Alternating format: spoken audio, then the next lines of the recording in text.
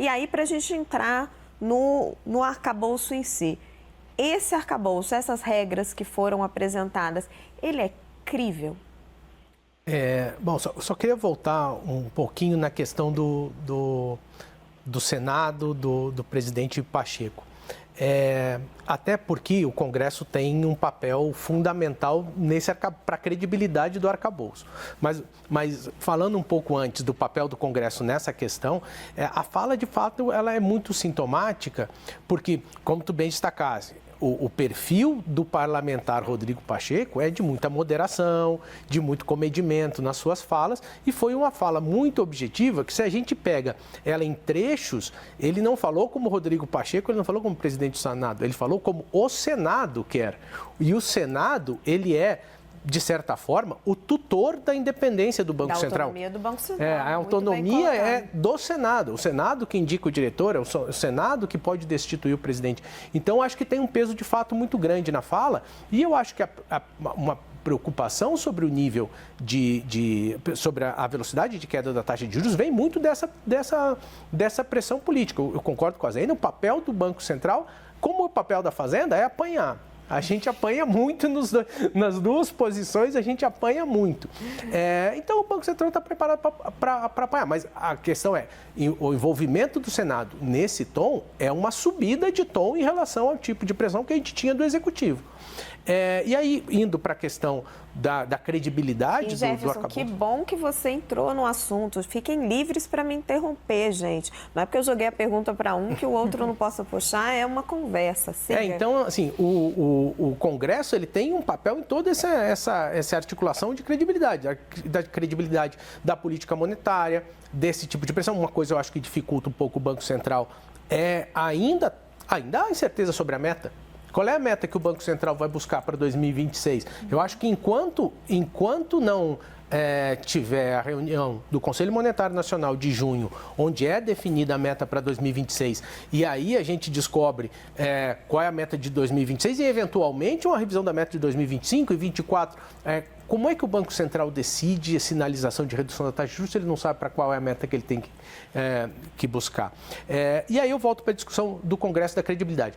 A credibilidade da regra, e de novo, tem muita gente dizendo que a regra é a estrutura que limita o crescimento da despesa. Eu acho isso pouco, assim, uma regra fiscal que é a solvência como um todo. Então, qual é a diferença entre as duas coisas? Eu quero saber qual é o nível de resultado primário que vai ser entregue. O governo sinalizou o nível de resultado primário que ele deseja. O nível de resultado que eu desejo, se eu não for criminalizado por não entregar, é um. O nível de resultado primário que eu desejo, se eu for criminalizado, se eu não entregar, é outro completamente diferente. Então, o governo sinalizou uma trajetória de resultado primário que demanda bastante esforço político de aprovação de medidas de aumento de receita.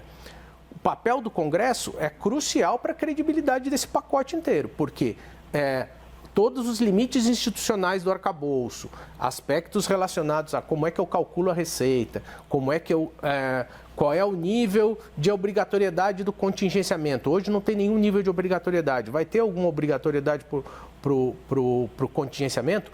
Toda essa melhoria de mérito, que é uma decisão política, e de redação, que precisa, em vários pontos, que pode ser feita pela área técnica em contato com a área técnica da equipe econômica. O teto dos gastos foi absurdamente aprimorado entre o período que saiu da Fazenda até ele ser publicado, porque as áreas técnicas da Fazenda do Congresso trabalharam juntos nesse aprimoramento da parte redacional. Então, isso é o tipo de coisa que o Congresso certamente pode contribuir e, no mérito, ele vai fazer as suas opções políticas. Primeiro momento em que o Congresso é crucial para melhorar a credibilidade do arcabouço. Segundo momento que é crucial é o Congresso, como representante do povo, se ele está disposto a entregar o aumento da carga necessária para fazer viável a trajetória de primário que o governo se comprometeu, desde 2023 até 2026. São muitas medidas que são necessárias para entregar o número que foi falado na entrevista de divulgação do projeto de lei de diretrizes orçamentárias, foi 155 bilhões de reais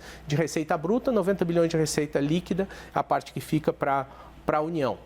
A sociedade está disposta a entregar esse aumento de tributação? Isso só para agora, não? Só para zerar. Só para os outros anos vai precisar também, senão a conta não fecha. E para agora, para 2024, com a projeção de despesa seguindo a regra do teto. Sim. Do teto, ou seja, eu projetei a despesa na LDO considerando a regra do teto, dei só a correção do IPCA. Depois que eu corrigi esse IPCA, o IPCA que foi usado na PLDO, 5,23, o mercado inteiro está com 6. Eu tenho que fazer essa correção da despesa de 5,2% para 6%. Ah, é pouca coisa. Não, quando tem a despesa de 19% do PIB, 20% do PIB, esse 0,8 é bastante coisa. E eu ainda tenho que aplicar, caso aprovado o arcabouço, o crescimento real que vem do próprio arcabouço. Sim. O arcabouço tem crescimento real da despesa. Quando eu colocar tudo isso na nova despesa, correção do IPCA, crescimento real, os 155 provavelmente vai ser muito pouco. Pode ser que a gente esteja flertando com 200 bi a mais de imposto para conseguir zerar a meta de primário o ano que vem.